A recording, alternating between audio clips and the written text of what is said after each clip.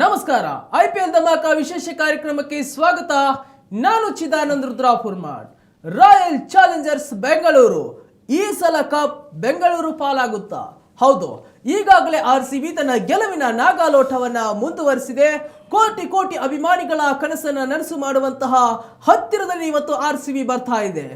ಅಂಕಪಟ್ಟಿಯಲ್ಲಿ ಅಗ್ರಸ್ಥಾನದಲ್ಲಿದೆ. ಆಡಿರುವ 11 ಪಂದ್ಯಗಳಲ್ಲಿ 8ರಲ್ಲಿ ಗೆದ್ದು 16 ಅಂಕಗಳೊಂದಿಗೆ ಅಗ್ರಸ್ಥಾನದಲ್ಲಿ ಕೂತಿದೆ. ಪ್ಲೇ ಆಫ್ಸ್ ಆಸೆ ತುಂಬಾ ಜೀವಂತವಾಗಿರಿಸಿಕೊಂಡಿದೆ. ಆದರೆ RCBಗೆ ಒಂದು ಭಯವೂ ಕೂಡ ಇದೆ ಪ್ಲೇ ಆಫ್ಸ್ಗೆ ಹೋಗುವಂತಹ ಲೆಕ್ಕಾಚಾರದಲ್ಲಿ ಮತ್ತು ಈ ಬಾರಿ ಕಪ್ ಎತ್ತುವಂತಹ ಸಂದರ್ಭದಲ್ಲಿ. ಹಾಗಾಗಿ RCBಯ ಪ್ಲೇ ಆಫ್ ಲೆಕ್ಕಾಚಾರ ಹೇಗಿರುತ್ತೆ? ಒಂದು ವೇಳೆ ಪ್ಲೇ ಆಫ್ಗೆ ಬಂದರೂ ಕೂಡ ಅಗ್ರ 4ರಲ್ಲಿ ಎಷ್ಟನೇ ಸ್ಥಾನವನ್ನು ಅಲಂಕರಿಸಬಹುದು RCB ತಂಡ ಮತ್ತು RCBಗೆ ಕಂಟಕವಾಗಬಲ್ಲಂತಕ್ಕಂಥ ತಂಡ ಯಾವುದು? ಮುಂಬೈ ಆಗುತ್ತಾ, ಗುಜರಾತ್ ಆಗುತ್ತಾ, ಅಥವಾ ಪಂಜಾಬ್ಸ್ ಆಗುತ್ತಾ, ಅಥವಾ ಎಲ್ಲರಿಗೂ ನಿರೀಕ್ಷೆ ಮೇಡಿ KKR ಬರುತ್ತಾ? ಹೀಗೆ ಕೆಲವೊಂದಿಷ್ಟು ಗೊಂದಲಗಳು ಕೂಡ ಈ ಟೈಮಲ್ಲಿ ಎದ್ದಿವೆ. ಹಾಗಾಗಿ ಇವೆಲ್ಲ ಗೊಂದಲಗಳಿಗೆ ಉತ್ತರವನ್ನು ನೀಡಲು ಇವತ್ತು ನಮ್ಮ ಜೊತೆಗಿದ್ದಾರೆ ಸ್ಪೋರ್ಟ್ಸ್ ರಿಪೋರ್ಟರ್ ರಮೇಶ್ ಕೋಟಿ ಅವರು. ತುಂಬಾ ಇಂಟ್ರೆಸ್ಟಿಂಗ್ ಆಗಿರುವಂತಹ ವಿಚಾರ. 17 ವರ್ಷಗಳಿಂದ RCB ಒಂದೇ ಒಂದು ಬಾರಿ ಕಪ್ ಗೆಲ್ಲಲು ಸಾಧ್ಯವಾಗಿಲ್ಲ. ಆದರೆ ಇದೊಂದು ಸದಾವಕಾಶ RCB ಪಾಲಿಗಿದೆ. ಹಾಗಾಗಿ ಈ ಒಂದು ಇಂಟ್ರೆಸ್ಟಿಂಗ್ ಸ್ಟೋರಿಯ ಬಗ್ಗೆ ತಿಳ್ಕೊಂಡಲೇ ಬರಬೇಕು. RCBಯ ಪ್ಲೇ ಆಫ್ ಲೆಕ್ಕಾಚಾರದ ಬಗ್ಗೆ ಮತ್ತು ಕಪ್ ಹೊಡೆಯೋದ್ರ ಬಗ್ಗೆ ವೇಟ್ ಮಾಡೋದು ಬೇಡ, ಅವ್ರನ್ನ ಮಾತಾಡ್ಸೋಣ. ರಮೇಶ್ ಅವರ ಕಾರ್ಯಕ್ರಮಕ್ಕೆ ಸ್ವಾಗತ. RCB ತುಂಬಾ ಡಿಫ್ರೆಂಟ್ ಆಗಿ ಕಾಣ್ತಾ ಇದೆ. ಸೀಸನ್ 8ನಲ್ಲಿ ನಾವು ಸ್ಟಾರ್ಟಿಂಗ್ ಇಂದ ಹೇಳ್ತಾ ಇದ್ವಿ RCB ತುಂಬಾ ಸ್ಟ್ರೆಂತ್ ಇರುವಂತಹ ಟೀಮ್ ಇದೆ. ಬೌಲಿಂಗ್, ಬ್ಯಾಟಿಂಗ್, ಆಲ್ರೌಂಡರ್ ಎಲ್ಲೋ ಒಂದ್ ಕಡೆ ಸ್ಟಾರ್ಟಿಂಗ್ ಅಲ್ಲಿ ಕೇಳಿ ಬರ್ತಾ ಇತ್ತು. ಎಕ್ಸ್ಪೀರಿಯನ್ಸ್ ಪ್ಲೇಯರ್ಸ್ ಇರಲಿಲ್ಲ. KL ರಾಹುಲ್ ಕೈ ಬಿಟ್ಟಾಗ, ಸಿರಾಜ್ ಅವ್ರನ್ನ ಕೈ ಬಿಟ್ಟಾಗ, ಈ ತರದ ಒಂದಿಷ್ಟು ಪ್ಲೇಯರ್ಸ್ ಗಳನ್ನ ಕೈ ಬಿಟ್ಟಂತ ಸಂದರ್ಭದಲ್ಲಿ RCBಗೆ ಮತ್ತೆ ಅದೇ ಹಳೆ ಚಾಳಿಯನ್ನು ಮುಂದುವರಿಸುತ್ತೆ ಅನ್ನುವಂಥದ್ರ ಬಗ್ಗೆ. ಆದ್ರೆ RCB ಅವೆಲ್ಲ ಸವಾಲುಗಳನ್ನ ಮೆಟ್ಟಿ ನಿಂತು ಇವತ್ತು ಅಂಕಪಟ್ಟಿಯಲ್ಲಿ ಫಸ್ಟ್ ಪ್ಲೇಸ್ ಅಲ್ಲಿ ಇದೆ. ಕಪ್ ಗೆಲ್ಲುವ ನೆಚ್ಚಿನ ತಂಡವಾಗಿದೆ. ಅಭಿಮಾನಿಗಳು ಕಾತರದಿಂದ ಕಾಯ್ತಾ ಇದ್ದಾರೆ ಕಪ್ ಮೇಲೆತ್ತಬೇಕಂತ ಹೇಳಿ. RCB ಪ್ಲೇ ಆಫ್ ಲೆಕ್ಕಾಚಾರ ಹೇಗಿದೆ ಅಂತ ಹೇಳಿ ಖಂಡಿತ ಬರುತ್ತಾ ಅಥವಾ ಎಷ್ಟನೇ ಪ್ಲೇಸ್ ಅಲ್ಲಿ ಇರುತ್ತೆ? ಖಂಡಿತವಾಗ್ಲೂ RCBಗೆ ಟಾಪ್ ಈಗ ಪ್ರೆಸೆಂಟ್ RCB ತಂಡ ಆಡಿರ್ತಕ್ಕಂಥ 11 ಮ್ಯಾಚ್ಗಳಲ್ಲಿ 8 ಮ್ಯಾಚ್ಗಳನ್ನು ಗೆದ್ಕೊಂಡು ಟೋಟಲ್ 16 ಪಾಯಿಂಟ್ಸ್ ಮೂಲಕ ಟಾಪ್ 1ನಲ್ಲಿದೆ RCB ತಂಡ. ಇನ್ನುಳಿದಿರೋ 3 ಮ್ಯಾಚ್ ಇದೆ RCBಗೆ ಇನ್ನು. ಮತ್ತು ಲಕ್ನೋ ಸೂಪರ್ ಜೈಂಟ್ಸ್ ಮತ್ತು ಸನ್ರೈಸರ್ಸ್ ಹೈದರಾಬಾದ್ ಮತ್ತು ಕೋಲ್ಕತ್ತಾ ನೈಟ್ ರೈಡರ್ಸ್ ವಿರುದ್ಧ 3 ಮ್ಯಾಚ್ ಇದೆ ಇನ್ನು ಪೆಂಡಿಂಗ್ RCBಗೆ. ಬಟ್ RCBಗೆ ತುಂಬ ಚಾನ್ಸ್ ಇದೆ ಈ ಸಲ ಟಾಪ್ 2 ಬರಲಿಕ್ಕೆ. ನನಗನ್ನಿಸ್ದಂಗೆ ಈ ಸೀಸನಲ್ಲಿ ಇವರು ಇನ್ನೊಂದು 3 ಮ್ಯಾಚಲ್ಲಿ 2 ಮ್ಯಾಚ್ ಗೆದ್ರೂ RCB ತಂಡ ನಂಬರ್ 1 ಸ್ಥಾನಲ್ಲೇ ಉಳಿದಿತ್ತೆ ಅಂತ ನನಗೆ ಇಲ್ಲಿ ಹೇಳ್ಬೋದು. ಬಟ್ RCBಗೆ ಇಲ್ಲಿ ಫಸ್ಟ್ ಕ್ವಾಲಿಫೈಯರ್ಗೆ ಏನಾದರೂ RCB ತಂಡ ಕ್ವಾಲಿಫೈ ಆದರೆ ಯಾವ ತಂಡ RCBಗೆ ಎದುರಾಗ್ಬೋದು ಅನ್ನೋದೊಂದು ಕ್ವಶನ್ಸ್ ಎಲ್ರಿಗೂ ಕೂಡ ಕಾಡ್ತಾ ಇದೆ. ಯಾವ ಟೀಮ್ ಬಂದರೆ ಚೆನ್ನಾಗಿರುತ್ತೆ ಅನ್ನೋದು. ಅಂದರೆ ನನಗನ್ನಿಸ್ದಂಗೆ RCBಗೆ ನಮ್ಮ ಫಸ್ಟ್ ಕ್ವಾಲಿಫೈಯರಲ್ಲಿ ನಮ್ಮ ಮುಂಬೈ ಇಂಡಿಯನ್ಸ್ ಬಂದರೆ ಖಂಡಿತವಾಗ್ಲೂ RCBಗೆ ತುಂಬ ಟಫ್ ಚಾಲೆಂಜ್ ಆಗುತ್ತೆ. ಹೌದು, ನಾವು ಲೀಗ್ ಸ್ಟೇಜಲ್ಲಿ ಮುಂಬೈ ಇಂಡಿಯನ್ಸ್ ವಿರುದ್ಧ ಆಡಿರೋದು ಒಂದೇ ಮ್ಯಾಚ್. ಆ ಮ್ಯಾಚಲ್ಲೂ ಕೂಡ RCB ತಂಡ ಗೆದ್ದಿದೆ ಮುಂಬೈ ವಾಂಖೆಡೆ ಸ್ಟೇಡಿಯಮಲ್ಲಿ. ಬಟ್ ಆ ಮೂಮೆಂಟಲ್ಲಿ ಮುಂಬೈ ಇಂಡಿಯನ್ಸ್ ತಂಡದಿಂದ ಅಷ್ಟೊಂದು ಪ್ರದರ್ಶನ ಬಂದಿರಲಿಲ್ಲ. ಅವಾಗ ಯಾರೂ ಕೂಡ ಅಷ್ಟೊಂದು ಫಾರ್ಮಲ್ಲಿ ಬರಲಿಲ್ಲ. ರೋಹಿತ್ ಶರ್ಮನು ಆ ಟೈಮಲ್ಲಿ ವೈಫಲ್ಯತೆ ಅನುಭವಿಸ್ತಾ ಇದ್ರು. ಫಾರ್ಮ್ ಕಂಡುಕೊಳ್ಳಲಿಕ್ಕೆ ಅವರು ಕೂಡ ಪ್ರಯತ್ನ ಪಡ್ತಾಯಿದ್ರು. ಮತ್ತು ಅದಾದಮೇಲೆ ಸೆಕೆಂಡ್ ಹಾಫಲ್ಲಿ ನಮ್ಮ ಮುಂಬೈ ಇಂಡಿಯನ್ಸ್ ತಂಡ ತುಂಬ ಡಿಫ್ರೆಂಟಾಗಿ ಕಾಣ್ತಾ ಇದೆ.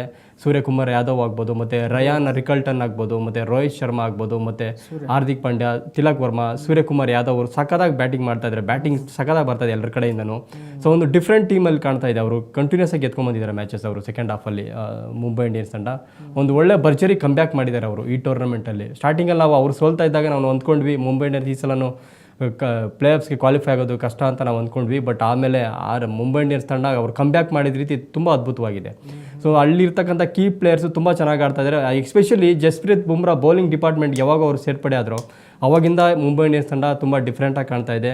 ಒಂದು ಎಲ್ಲ ಎದುರಾಳಿ ತಂಡಗಳು ಕೂಡ ಒಂದು ಟಫ್ ಚಾಲೆಂಜ್ ಕೊಡ್ತಾ ಇದೆ ಮುಂಬೈ ಇಂಡಿಯನ್ಸ್ ತಂಡ. ಸೊ ಈ ಒಂದು ಲೆಕ್ಕಾಚಾರಗಳನ್ನು ನೋಡಿದಾಗ ಮುಂಬೈ ಇಂಡಿಯನ್ಸ್ ಮತ್ತು ರಾಯಲ್ ಚಾಲೆಂಜರ್ಸ್ ಬೆಂಗಳೂರು ಎರಡೂ ತಂಡಗಳು ಫೈನಲಲ್ಲಿ ಮುಖಾಮುಖಿ ಆಗ್ಬೋದು ಅಂತ ನನಗೆ ಅನಿಸ್ತಾ ಇದೆ.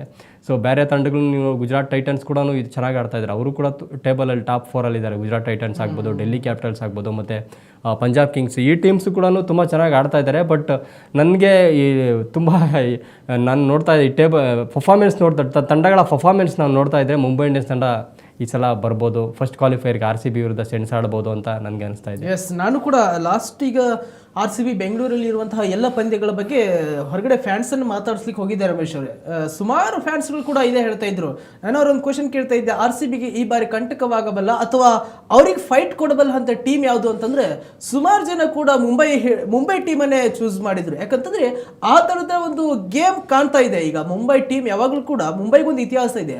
ಸ್ಟಾರ್ಟಿಂಗ್ ಫಸ್ಟ್ ಏನು ಫಾಸಲ್ಲಿ ಆಡ್ತಾರಲ್ಲ ಆ ಮ್ಯಾಚಸ್ಗಳಲ್ಲಿ ಸೋಲ್ಕೊಂತ ಬಂದು ಕಡೆಗೆ ಸೆಕೆಂಡ್ ಇನ್ನಿಂಗ್ಸಲ್ಲಿ ತುಂಬ ಚೆನ್ನಾಗಿ ಆಟವನ್ನು ಆಡಿ ಪಾಯಿಂಟ್ಸ್ ಟೇಬಲ್ ಅಲ್ಲೂ ಕೂಡ ಇನ್ಕ್ರೀಸ್ ಆಗಿ ಮತ್ತು ಕಪ್ಪನ್ನು ಮೇಲೆತ್ತಿರುವಂತಹ ಎಕ್ಸಾಂಪಲ್ ಕೂಡ ಇದೆ. ಲಾಸ್ಟ್ ಒಂದು ಯಾವ್ದು ಇಯರ್ ನಂಗೆ ನೆನಪರ್ತಿಲ್ಲ, ಸ್ಟಾರ್ಟಿಂಗ್ 6 ಮ್ಯಾಚ್ ಸೋತು ಕಪ್ಪನ್ನು ವಿನ್ ಆದ 2019 ಸಮಥಿಂಗ್ ಇಲ್ಲ, ಆ ಮ್ಯಾಚ್ ಕಂಟಿನ್ಯೂ 6 ಮ್ಯಾಚಸ್ಗಳನ್ನ ಸೋತು ಕೊನೆಯ ಒಂದು ಕಪ್ಪನ ಮೇಲೆ ಎತ್ತಿರ್ತಕ್ಕಂಥದ್ದು 5 ಬಾರಿ ಚಾಂಪಿಯನ್ ಮುಂಬೈ ತಂಡ. ಸುಮಾರು ಎಕ್ಸ್ಪೀರಿಯನ್ಸ್ ಇರುವಂತಹ ಪ್ಲೇಯರ್ಸ್ಗಳು ಕೂಡ ಇದ್ದಾರೆ. ಅಂತಾರಾಷ್ಟ್ರೀಯ ಮಟ್ಟದಲ್ಲಿ ಆಡಿರುವಂತಹ ಹಾರ್ದಿಕ್ ಪಾಂಡ್ಯ ಆಗಿರ್ಬೋದು, ಜಸ್ಪ್ರೀತ್ ಬುಮ್ರಾ, ರೋಹಿತ್ ಶರ್ಮಾ ಅವರಿದ್ದಾರೆ, ಸೂರ್ಯಕುಮಾರ್ ಯಾದವ್ ಇದ್ದಾರೆ ಮತ್ತು ರಿಕಲ್ಟನ್, ಒಳ್ಳೆಯ ಘಟಾನುಘಟಿ ಪ್ಲೇಯರ್ಸ್ಗಳು ಕೂಡ ಮುಂಬೈ ಇಂಡಿಯನ್ಸ್ ಅಲ್ಲಿ ಈ ಬಾರಿ ಕಾಣ್ಕೊಳ್ತಿದ್ದಾರೆ. ಹಾಗಾಗಿ ಮತ್ತು ಟ್ರೆಂಟ್ ಬೋಲ್ಟ್ ಈ ಕಡೆ ಬೌಲಿಂಗ್ ಡಿಪಾರ್ಟ್ಮೆಂಟ್ ಬಂದ್ರು ಕೂಡ ತುಂಬಾ ಚೆನ್ನಾಗಿರುವಂತಹ ಬೌಲಿಂಗ್ ಲೈನಪ್ ಮುಂಬೈ ಇಂಡಿಯನ್ಸ್ ಇದೆ. ನಂಗೆ ಅನ್ಸುತ್ತೆ ಮತ್ತು ಸುಮಾರು ಫ್ಯಾನ್ಸ್ಗಳಿಗೂ ಕೂಡ ಇದೆ. ಒಂದ್ ಕಡೆ ಎಲ್ಲೋ RCB ಮತ್ತು ಮುಂಬೈ ಫೈನಲ್ ಫೈಟ್ ಬರ್ಬೋದೇ ಎನ್ನುವಂತ ಒಂದು ನಿರೀಕ್ಷೆ ಕೂಡ ತುಂಬಾ ಜನರಲ್ಲಿ ಕಾಡ್ತಾ ಇದೆ. ಈ ಟೈಮಲ್ಲಿ RCB ಫಸ್ಟ್ ಅಥವಾ ಸೆಕೆಂಡ್ ಪ್ಲೇಸ್ ಅಲ್ಲಿ ಇದ್ರೆ ಉತ್ತಮ. ಯಾಕಂತಂದ್ರೆ ಲಾಸ್ಟ್ 2-3 ಇದರಲ್ಲಿ ನೋಡಿದ್ರೆ ನಾವು ವರ್ಷಗಳಲ್ಲಿ ನೋಡಿದ್ರೆ 3rd, 4th ಪ್ಲೇಸ್ ಅಲ್ಲಿ ಇದ್ಕೊಂಡು ಕೊನೆಗೆ ಏನೋ ಒಂದು ಅದೃಷ್ಟ ಕೈ ಕುಲಾಯಿಸದೆ ಇರುವಂತ ಟೈಮಲ್ಲಿ ಟೂರ್ನಿಂದ ಹೊರಬಿದ್ದಂತ ಎಕ್ಸಾಂಪಲ್ ಇದೆ. ಫಸ್ಟ್ ಸೆಕೆಂಡ್ ಬರ್ಲಿಕ್ಕೆ ಏನ್ ಸ್ಟ್ರಾಟಜಿ ಇದೆ RCB, ಏನ್ ಮಾಡ್ತಾ ಇರ್ಬೋದು ಈ ಟೈಮಲ್ಲಿ ಅಂತ? ಖಂಡಿತವಾಗ್ಲೂ ಇವಾಗ RCBಗೆ ಇರೋದು ಮುಂದೆ ಒಂದು ಗೋಲ್ ಇರೋದು ಒಂದೇ. ಆಗಸ್ಟ್ ಇನ್ನುಳಿದಿರೋ 3 ಮ್ಯಾಚ್ಗಳಲ್ಲಿ ಆದಷ್ಟು 3 ಮ್ಯಾಚ್ ಗೆಲ್ಲಬೇಕು ಅನ್ನೋದು ಫಸ್ಟ್ ಪ್ಲಾನ್ ಇವ್ರದ್ದು RCB ತಂಡದ್ದು. ಒಂದು ವೇಳೆ 3 ಮ್ಯಾಚಲ್ಲಿ ಆಗಿಲ್ಲ ಅಂದ್ರೂ ಕನಿಷ್ಠ 2 ಮ್ಯಾಚ್ ಆದರೂ ಗೆದ್ದರೆ ಖಂಡಿತವಾಗ್ಲೂ RCB ತಂಡ ಟಾಪ್ 2ರಲ್ಲಿ ಉಳ್ಕೊಳ್ಳುತ್ತೆ. ಟಾಪ್ 2ನಲ್ಲಿ ಉಳ್ಕೊಂಡ್ರೆ ಖಂಡಿತವಾಗ್ಲೂ ಮೊದಲನೇ ಕ್ವಾಲಿಫೈರ್ಗೆ ಹೋದರೆ ಅಲ್ಲಿ ಒಂದು ವೇಳೆ ಸೋತ್ರೂ ಸೆಕೆಂಡ್ ಕ್ವಾಲಿಫೈರ್ ಆಡಲಿಕ್ಕೆ ಒಂದು ಅವಕಾಶ ಸಿಗುತ್ತೆ. ಈ ಕಾರಣದಿಂದಲೇ RCB ತಂಡ ಆದಷ್ಟು ಇನ್ನು 3 ಮ್ಯಾಚನ್ನು ಇನ್ನುಳಿದಿರೋ 3 ಮ್ಯಾಚ್ಗಳನ್ನು ಆದಷ್ಟು 3 ಮ್ಯಾಚ್ ಗೆಲ್ಲಕ್ಕೆ ಪ್ರಯತ್ನ ಪಡಬೇಕು. ಇದು ಒಂದು ಪ್ಲಾನ್ ಆಗುತ್ತೆ. ಬಟ್ ಇವಾಗ RCB ತಂಡ ನೋಡಬೇಕು ಈಗ ನೆಕ್ಸ್ಟ್ ಮುಂದಿನ 3 ಮ್ಯಾಚಲ್ಲಿ ಒಂದು ವೇಳೆ ಸನ್ರೈಸರ್ಸ್ ಹೈದರಾಬಾದ್ ಇದೆ, ಕೋಲ್ಕತ್ತಾ ನೈಟ್ ರೈಡರ್ಸ್ ಇದೆ, ಲಕ್ನೋ ಸೂಪರ್ ಜೈಂಟ್ಸ್ ತಂಡ ಇದೆ. ಸೊ ಆ ಮ್ಯಾಚ್ಗಳಲ್ಲಿ ಆ ಟೀಮ್ ಎದುರಾಳಿ ಟೀಮ್ಸ್ ಯಾವ ರೀತಿ ಆಡ್ತಾ ಇದೆ, ಪ್ರೆಸೆಂಟು ಸೆಕೆಂಡ್ ಹಾಫಲ್ಲಿ ಯಾವ ರೀತಿ ಪರ್ಫಾರ್ಮೆನ್ಸ್ ಬರ್ತಾ ಇದೆ ಆ ಟೀಮ್ಗಳಿಂದ, ಅಲ್ಲಿ ಕೀ ಪ್ಲೇಯರ್ಸ್ ಯಾರು, ಅಲ್ಲಿ ಯಾರು ಪ್ರೆಸೆಂಟಲ್ಲಿ ಯಾವ ಫಾರ್ಮಲ್ಲಿದ್ದಾರೆ, ಬೌಲರ್ಸ್ ಯಾವ ರೀತಿ ಬೌಲ್ ಮಾಡ್ತಾ ಇದ್ದಾರೆ, ಅಲ್ಲಿ ಪಿಚ್ ರಿಪೋರ್ಟ್ ಏನಿದೆ, ಇದನ್ನೆಲ್ಲನೂ ಇವರು ಹೋಮ್ ವರ್ಕ್ ಮಾಡಬೇಕು ಬಿಫೋರು. ಸೊ ಇವಾಗ ನಾವು ಹೆಂಗೆ ಟೂರ್ನಮೆಂಟ್ ಸ್ಟಾರ್ಟಿಂಗಲ್ಲಿ ಯಾವ ರೀತಿ ಯಾವ ಒಂದು ಮೈಂಡ್ ಸೆಟ್ಟಲ್ಲಿದ್ರೋ RCB ತಂಡ ಇವಾಗಲೂ ಅಷ್ಟೇ ಟೂರ್ನಮೆಂಟಿಗೆ ನಿರ್ಣಯ ಒಂದು ಕ್ರೂಷಿಯಲ್ ಸ್ಟೇಜಲ್ಲಿದೆ ಟೂರ್ನಮೆಂಟ್ ಈಗ. ಸೊ ಈ ಸ್ಟೇಜಲ್ಲೂ ಕೂಡ RCB ತಂಡ 16 ಅಂಕಗಳಿದ್ರೂ ಕೂಡ ಮುಂದಿನ 3 ಮ್ಯಾಚ್ಗಳಲ್ಲಿ ಕೂಡ ಮೊದಲು ಯಾವ ರೀತಿ ಪ್ಲ್ಯಾನ್ ಮಾಡ್ತಾ ಇದ್ದೋ ಅದೇ ಒಂದು ಪ್ಲ್ಯಾನ್ ಮಾಡಿಕೊಂಡೇ ಆಡಬೇಕು. ಸೊ ಇಲ್ಲಿ ಯಾವುದೇ ರೀತಿಯಲ್ಲಿ ಲೂಸ್ ಬಿಡೋಂಗಿಲ್ಲ ಇಲ್ಲಿ. ಸೊ ಯಾಕಂದರೆ ಟಾಪ್ 2ಗೆ ಹೋಗ್ಬೇಕಲ್ವಾ, ಆ ಕಾರಣದಿಂದ RCB ತಂಡ ಅವರು ಏನೇನು ಹಿಂದಿನ ಮ್ಯಾಚ್ಗಳಲ್ಲಿ ಯಾವ್ಯಾವ ರೀತಿ ಅವರೊಂದು ಪ್ಲ್ಯಾನ್ ಮಾಡ್ತಾಯಿದ್ರು, ಯಾವ ರೀತಿ ಹೋಮ್ ವರ್ಕ್ ಮಾಡ್ತಾಯಿದ್ರು ಅದೇ ಒಂದು ಕೆಲಸನ ಅವರು ಈ ಮುಂದಿನ 3 ಮ್ಯಾಚ್ಗಳಲ್ಲೂ ಕೂಡ ಮಾಡಲೇಬೇಕಾಗುತ್ತೆ. ಒಂದು ವೇಳೆ 3 ಮ್ಯಾಚ್ಗಳಲ್ಲಿ ಒಂದು ವೇಳೆ 2 ಮ್ಯಾಚನ್ನು ಸೋತ್ರೂ ರಾಯಲ್ ಚಾಲೆಂಜರ್ಸ್ ಬೆಂಗಳೂರು ತಂಡ ಟಾಪ್ 2ನಿಂದ ಹೊರಗಡೆ ಬರೋ ಸಾಧ್ಯತೆಯೂ ಇದೆ. ಹಾಗಾಗಿ RCB ತಂಡ ಯಾವುದೇ ಕಾರಣಕ್ಕೂ ಮೈ ಮರಿಬಾರ್ದು, ಎಚ್ಚರಿಕೆಯಿಂದ ಮುಂದಿನ 3 ಮ್ಯಾಚ್ಗಳನ್ನು ಆಡಬೇಕಾಗುತ್ತೆ. ಎಸ್, ನೋಡುವ ರಮೇಶ್ ಅವರೇ, ಕೆಲವೇ ದಿನಗಳಲ್ಲಿ ಮಾತ್ರ ಗೊತ್ತಾಗುತ್ತೆ. ಯಾಕೋ RCB ಕೂಡ ತುಂಬಾ ಡಿಫ್ರೆಂಟ್ ಆಗಿ ಕಾಣ್ತಾ ಇದೆ ಈ ಸೀಸನ್ ಅಲ್ಲಿ. ಫಸ್ಟ್ ಸೆಕೆಂಡ್ ಪ್ಲೇಸ್ ಅಲ್ಲಿ ಅವ್ರಿಗೇನು ತುಂಬಾ ಕಷ್ಟ ಇಲ್ಲ, ಇನ್ನು 3 ಮ್ಯಾಚಸ್ ಇರೋದ್ರಿಂದ 1 ಅಥವಾ 2 ಗೆದ್ರು ಕೂಡ ಫಸ್ಟ್ ಸೆಕೆಂಡ್ ಬರೋ ಪ್ಲೇಸಸ್ ಇದೆ. ಬಟ್ ಇನ್ನು ಹಿಂದಿನ ಟೀಮ್ಗಳ ಬಗ್ಗೆ ನೋಡ್ಬೇಕಾಗುತ್ತೆ. ನೋಡುವ ಇನ್ನೊಂದೇನಂತಂದ್ರೆ RCB ತಂಡಕ್ಕೆ ನೆಕ್ಸ್ಟ್ ಮ್ಯಾಚ್ ಇರೋದು ಮೇ 9ನೇ ತಾರೀಕು. ಇನ್ನು RCB ಮ್ಯಾಚ್ಗೂ ಮೊದಲು 3 ಮ್ಯಾಚ್ ನಡೆಯುತ್ತೆ. ಸೊ ಈ 3 ಮ್ಯಾಚ್ ರಿಸಲ್ಟ್ ಕೂಡ RCB ತಂಡಕ್ಕೆ ಹೆಲ್ಪ್ ಆಗ್ಬೋದು. ಯಾವ್ದಾದ್ರು GT ಆಗ್ಬೋದು, DC ಆಗ್ಬೋದು, ಯಾವುದೋ ಈ ಟೀಮ್ ಅವ್ರದ್ದು ಮ್ಯಾಚ್ ಇರ್ಬೋದು. ಆ ಮ್ಯಾಚ್ಗಳಲ್ಲಿ ಏನಾದ್ರು ಅವ್ರ GT ಅದು DCನೋ ಪಂಜಾಬ್ ಕಿಂಗ್ಸ್ ಯಾವ್ದೋ ತಂಡಗಳು ಸೋತ್ರು RCB ತಂಡಕ್ಕೆ ಒಂದು ಪ್ಲಸ್ ಪಾಯಿಂಟ್ ಆಗುತ್ತೆ ಅಲ್ಲಿ. ಸೊ ಹಾಗಾಗಿ ಒಂದು ಮೇ 9ನೇ ತಾರೀಕು RCB ತಂಡ ಒಂದು ಪ್ಲೇ ಆಫ್ ಲೆಕ್ಕಾಚಾರ ಒಂದು ಕ್ಲಿಯರ್ ಆಗಿ ಒಂದು ಪ್ಲಾನ್ ಮಾಡ್ಕೊಬೋದು ಅವ್ರಿಗೆ, ಈ ಮ್ಯಾಚ್ಗಳನ್ನ ರಿಸಲ್ಟ್ ನೋಡ್ಕೊಂಡು. ಸೊ ನಾವೇನು ಮಾಡಬೇಕು ಅನ್ನೋದು ಒಂದು ಒಳ್ಳೆ ಪ್ಲಾನ್ ಸಿಗುತ್ತೆ ಅವ್ರಿಗೆ ಮೇ 8 ನೈಟ್ಗೆ. ಸೊ ಅದನ್ನ ನೋಡ್ಕೊಂಡು RCB ತಂಡ ಆಡ್ಬೋದು. ಯಾಕಂದ್ರೆ 3 ದಿನ ಗ್ಯಾಪ್ ಇದೆಯಲ್ಲ, ಅದೊಂದು ಅಡ್ವಾಂಟೇಜ್ ಆಯ್ತು RCBಗೆ. ಎಸ್, ಕಾದು ನೋಡುವ ರಮೇಶ್ ಅವರೇ. Thank you so much. ವೀಕ್ಷಕರು, ಇದಾಗಿತ್ತು IPL ಧಮಾಕಾದ ವಿಶೇಷ ಕಾರ್ಯಕ್ರಮ.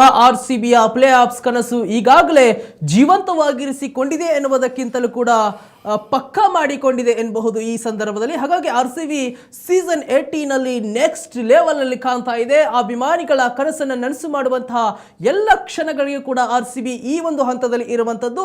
ಹಾಗಾಗಿ ಪ್ಲೇ ಆಫ್ಸ್ಗೆ ಎಂಟ್ರಿ ಕೊಡುವುದರ ಜೊತೆಗೆ ಕಪ್ ಮೇಲೆತ್ತುತ್ತಾ ಎನ್ನುವಂತಹ ಪ್ರಶ್ನೆ ಕೂಡ ಅಪಾರ ಅಭಿಮಾನಿಗಳಲ್ಲಿ ಇರುವಂತದ್ದು. ಅದಕ್ಕೆಲ್ಲ ಉತ್ತರ ಕೂಡ ಇನ್ನು ಕೆಲವೇ ದಿನಗಳು ಮಾತ್ರ.